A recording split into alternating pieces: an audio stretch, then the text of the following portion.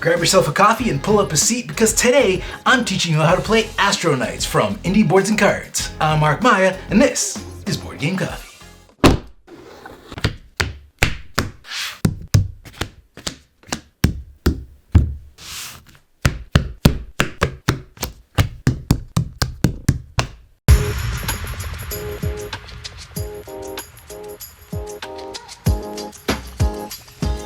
Before we get started, you should know that the components used in this video are of the prototype variety and don't represent the final look of the game.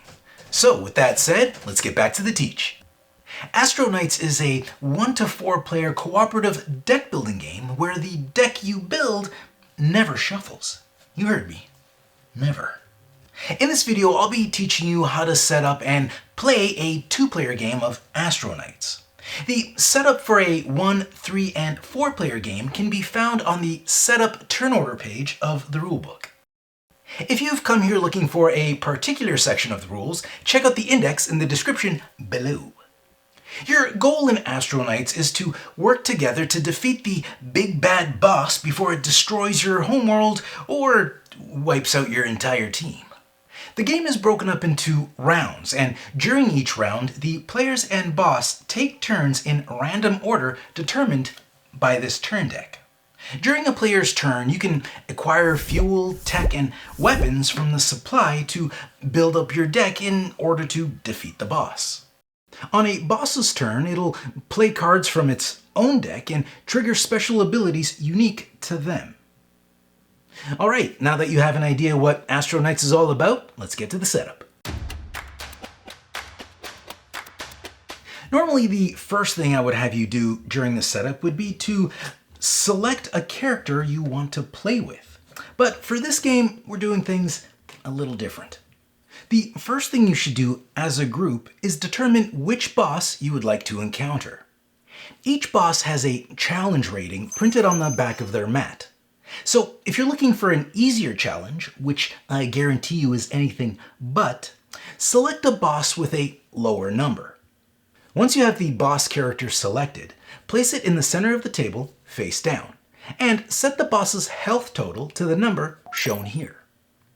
In the final version of the game, the boss's health will be tracked on one of these spinny dial-y things instead of the health card used in this video.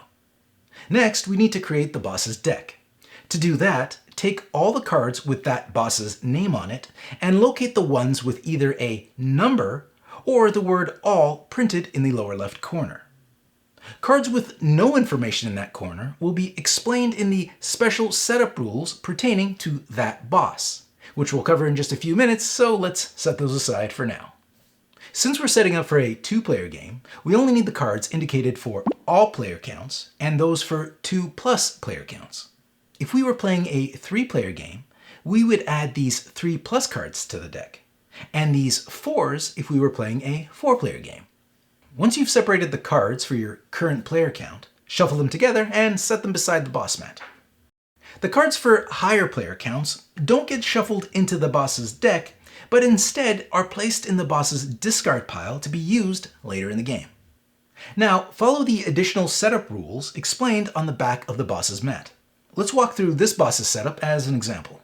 The instructions on his mat direct you to shuffle his artillery deck, the cards with no player count that we separated earlier, and place them face down next to his mat. The last part of the setup instructs you to flip over the boss mat and place the boss cube on the 0 space of the artillery track.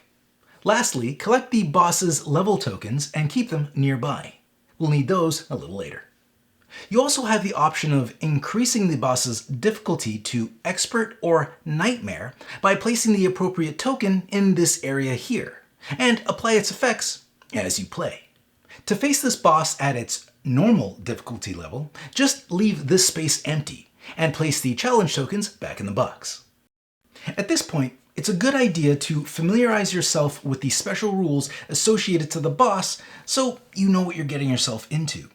And now that you've done that, let's assemble a team to take him out. At this point, each player selects a character to play as and places that character's mat face down in front of them. To build your character's starting deck, Each player should collect the cards listed on the back of their player mat and stack them in the order shown, with the leftmost card being the top of your deck and the rightmost card being the bottom.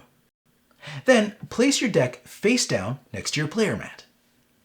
Next, collect the cards listed here to form your starting hand.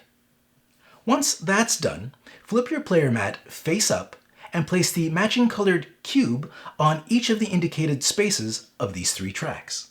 Red cube on the health track, blue cube on the power track, and a yellow cube on the slot track. Now, assign a player number token to each player based on the number of players. So for our 2-player game, we'll only need these 1 and 2 tokens. The others can go back in the box. Place these tokens here on your player mat. Who gets which number and why doesn't matter, and you'll see why a little later in the video. Once everyone has their play area in order, select which homeworld you want to defend and place it in the center of the table. The other homeworlds can go back in the box. Place a blue cube on the indicated space of the homeworld's power track and set its health to match the value printed here. The supply is where you'll buy cards to improve your deck, and it's made up of 3 different card types: tech, fuel, and weapons. Sort each of these categories by the symbols found here. The end result will leave you with 1 tech stack, 2 fuel stacks, and 3 weapon stacks. Shuffle each stack separately, place them face down, and flip over the top card of each. Now create a supply of health tokens and place it in easy reach of all players. The last thing we need to do is create the turn order deck. Now, based on your player count, how you build your deck will vary.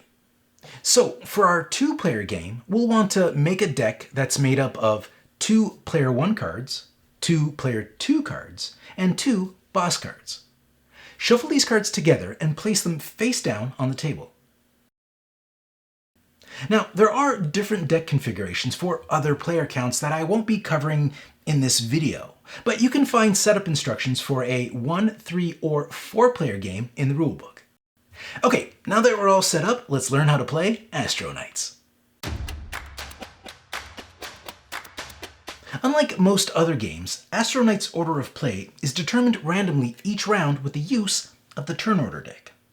At the start of the game and the end of each turn, draw a card from the top of the turn order deck to determine who takes the next turn. If a boss card is drawn, immediately resolve the boss's turn. If a number card is drawn, the player whose number matches that card will take their turn. If you need to draw or reveal a card from the turn order deck and the deck is empty, shuffle the discarded turn order cards together and place them face down to form a new turn order deck. If you're playing a 1, 3, or 4-player game, the turn order deck works a little differently, so you'll want to look that up in the rulebook before you get started. Okay, so you've flipped over the turn order card and, oh, will you look at that? It's your turn. Now what are you going to do? Well, I'm going to tell you. A player's turn is broken up into 3 phases: the attack phase, main phase, and draw phase. During the attack phase, the only thing you can do is attack with the weapons you already have equipped. You can't do anything else. That's it. And just to be clear, the attack phase is the only time you can attack, unless a card you play says otherwise. If you have no weapons equipped to your character when your turn starts, then you can't attack during this attack phase. But let's assume you do. When you attack with a weapon, simply declare which weapon you want to attack with and who you're attacking, boss or minion. Resolve as much of the weapon's text as possible, then place it in your discard pile right away. You can attack with as many weapons as you have equipped in whichever order you want, but you must resolve each one of them completely before moving on to the next. And if you don't want to attack, then you don't have to. Any damage dealt to the boss is instantly deducted from its health tracker. If the boss's health ever reaches 0, the heroes win. If the damage was dealt to a minion, then remove that many counters. If you remove the last counter, place the minion in the boss's discard pile, unless otherwise stated on that minion's card. Now, there are some cards that allow you to attack with another player's weapon during your main phase. When that happens, apply the card's text as if you were the one holding the weapon, but discard the card to its owner's discard pile once you're done. Okay, now that we're done attacking, let's move on to the main phase. During the main phase, you can perform any of these actions in any order you want as many times as you like. And you can find a full list of these actions right here on this handy-dandy reference card. Let's break those down for you, shall we? When you play a fuel or tech card from your hand, instantly resolve each card's text one at a time before moving on to the next. If you can't resolve a card completely, just do as much as you can. If a card has multiple effects separated by the word "or," choose just one to resolve and ignore the other. Fuel cards are your primary source of energy. How much energy a card provides will be listed here in the card's text. Energy can be spent to gain a card from the supply, charge up your power track, and increase the number of weapon slots on your character. When you play and resolve a fuel card, leave it in your play area. Do not place it in your discard pile. Not yet, anyway. All accumulated energy you generate on your turn is there for you to spend until the end of your main phase. Any unspent energy you generate is lost. It doesn't carry over to your next turn. Tech cards have a wide variety of effects. And just like fuel cards, when you play a tech card, resolve its effect, but leave it in your play area. Do not place it in your discard pile. On your turn, you can spend the energy you generated to buy any number of face-up cards from the supply. To gain a card, spend energy equal to the value shown here, and place that card face-up in your discard pile. Anytime you take a card off the top of a supply deck, for whatever reason, flip the next card face-up. Anytime you would gain a card from the supply with this buy keyword listed in bold, instantly resolve the effect associated with it. This effect will only trigger the moment the card is bought, and never again. Overcharging a face-up tech card in the supply allows you to instantly gain the benefits of that card without adding it to your deck. To overcharge a tech card, pay the same cost you normally would to buy it, but instead of placing it in your discard pile, resolve its effect and place it on the bottom of the tech deck. And remember, when you remove a card from the supply, flip the top card of that deck face up. If you're ever instructed to destroy a card, the card in question is removed from the game and no longer to be used. Well, not until your next game anyway. This is your slot track. It represents how many weapons your character can have equipped at any one time. You can increase your character's slot track by paying 3 energy for each slot you want to move up. So if I maxed out this character's slot track, I could equip up to 4 weapons at once. Some boss effects might result in the loss of a slot. If this happens while you have your slots full of weapons, you don't have to get rid of them just yet. But if you ever start a turn with more equipped weapons than you have slots to hold them, then you must attack with weapons until that is no longer the case. To attack the boss or its minions, you need to have at least 1 weapon equipped to your character at the start of your turn. And since you can only equip weapons during your main phase, you'll never be able to attack with a weapon the same turn you equip it. To equip a weapon, simply play it from your hand and place it over your character like this. You can equip as many weapons as you have available slots. Once a weapon is equipped, it stays equipped until you attack with it. If your weapon has this equip keyword in bold, resolve that effect each time that weapon's equipped. This is your power-up track. You can spend 2 energy to power it up 1 space. Why?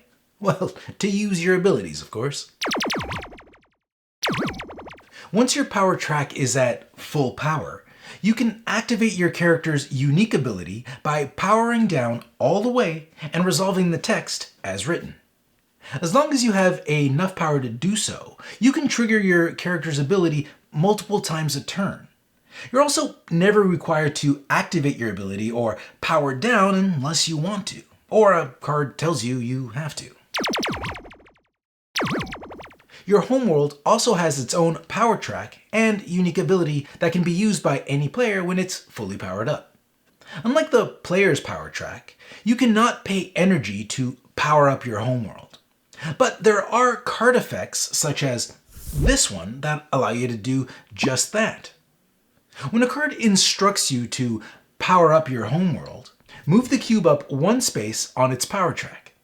When the homeworld is fully powered up, any player during their main phase may activate the homeworld's ability, draining its power completely and resolving the ability's text. And just like the player's unique ability, you can activate the homeworld as many times as you want as long as you have the power to do it, and you're never forced to use it. Once you're done doing all you're going to do during the main phase, we move on to the draw phase. The draw phase is where you get to draw back up to 5 cards, but before you do that, there's a few things you need to take care of. First, place all fuel and tech cards you've played this turn into your discard pile in any order you want. After that's done, you have the option of discarding any number of cards you might still have in your hand in any order you want, or keep them all. It's completely up to you.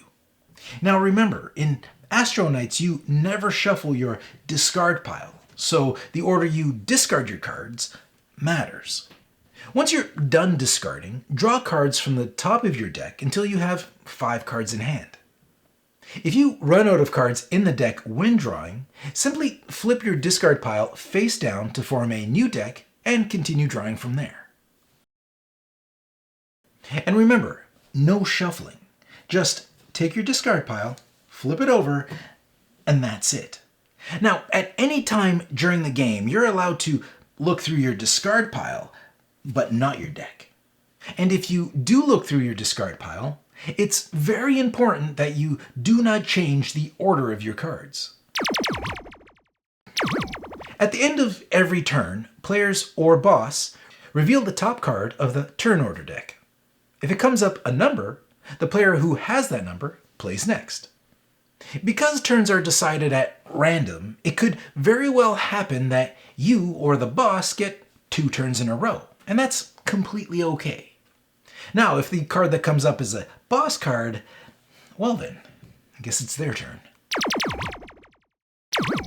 The boss turn is broken up into 2 phases, the main phase and the draw phase, where they get to play cards from their very own deck.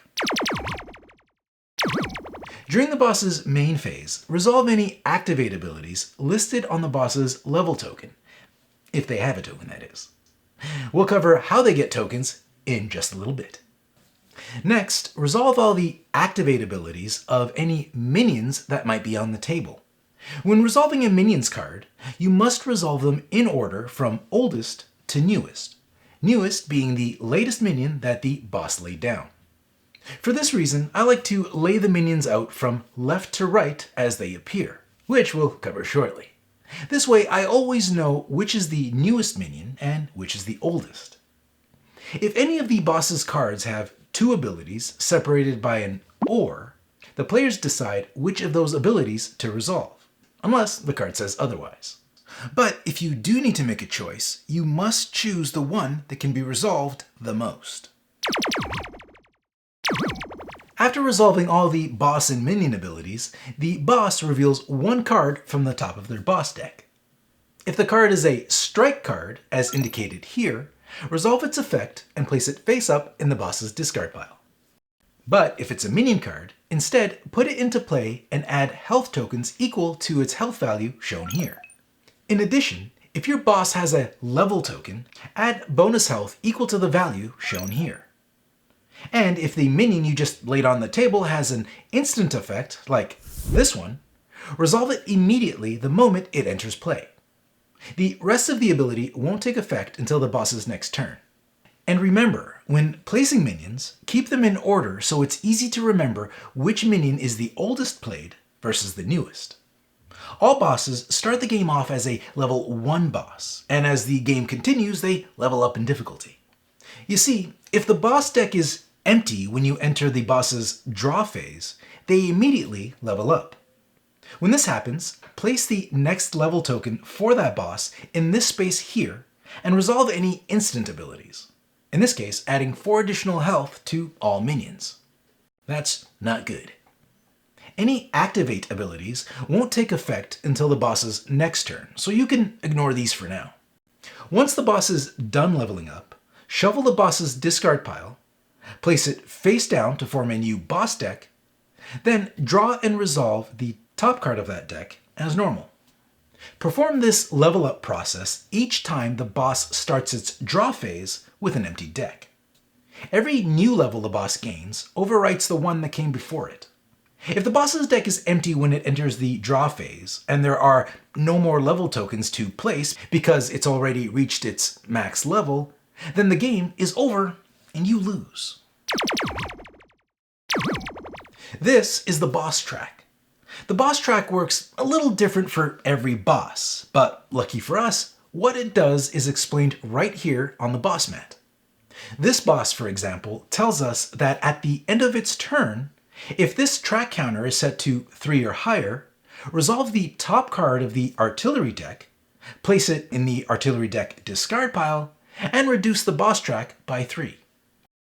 And if the counter is still at 3 or more, continue resolving artillery cards until that is no longer the case. There's a good chance that during the boss's turn, a player or two will take some damage. Whenever a player takes damage, reduce their health track by the amount of damage received. If the player's health track ever reaches 0, that player is exhausted. Whenever a player becomes exhausted, resolve the effect described in this white area of the boss mat. When a player is exhausted, they still continue playing as normal, with a few exceptions. An exhausted player can not be healed, so once at 0, you stay at 0.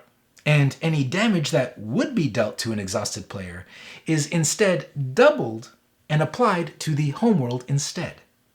If a boss's card targets the player with the lowest health, you must select a player that is not exhausted to take that damage.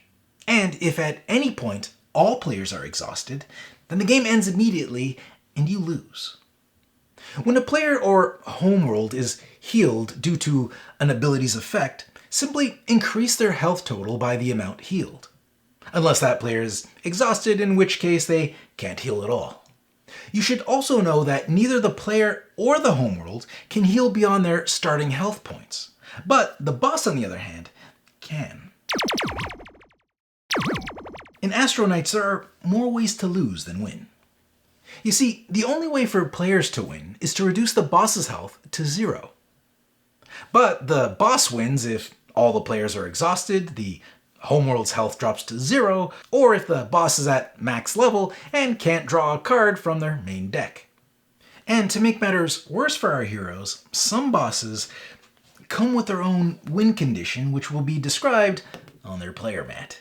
No one ever said being a hero was easy. And that's it. I hope this video helped, and I hope you enjoy playing Astro Knights. See you next week. Thanks for joining us. If you like this video and you want to see more, subscribe to our channel. It's the best way to keep up to date everything we do here at Board Game Coffee. But if you want to see more right now, we got plenty of videos to choose from. And if that's not enough, follow us on Instagram, Facebook, and Twitter. I'm Mark Maya, and this is Board Game Coffee. And remember, have fun, keep gaming, be social. See you next week.